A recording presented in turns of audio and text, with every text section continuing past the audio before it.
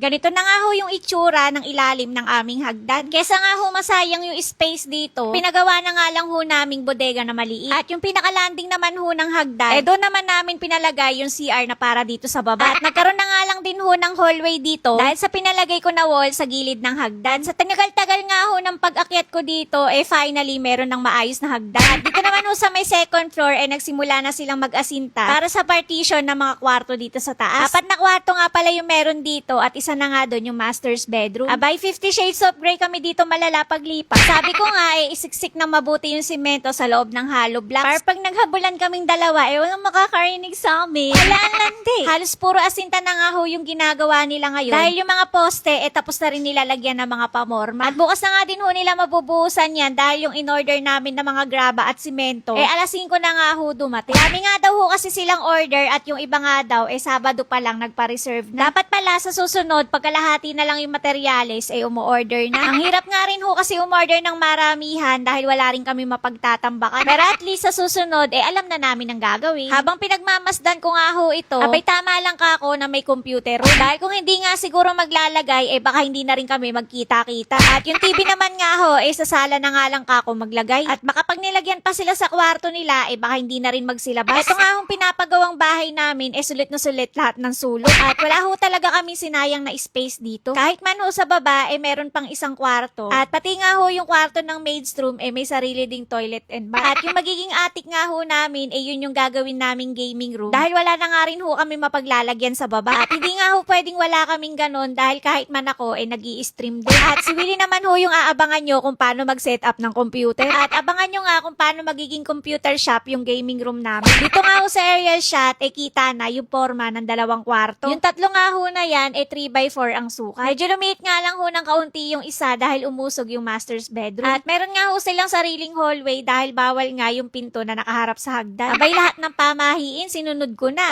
Ako, hindi pa ako sinwerte neto't yumaman, ewan ko na lang. Abay, kahit nung bumili kami ng lupa, hinanap talaga namin. Yung pagsikat daw ng araw, dapat daw nakaharap sa bahay. Abay, nasunod din yun. At tignan natin kung yayaman na ako paglipat namin dito. Ayan muna ho ulit yung update ko sa inyo ngayong araw. Kaya naman, huwag mo kakalimutan i-follow. Bukas na lang uli.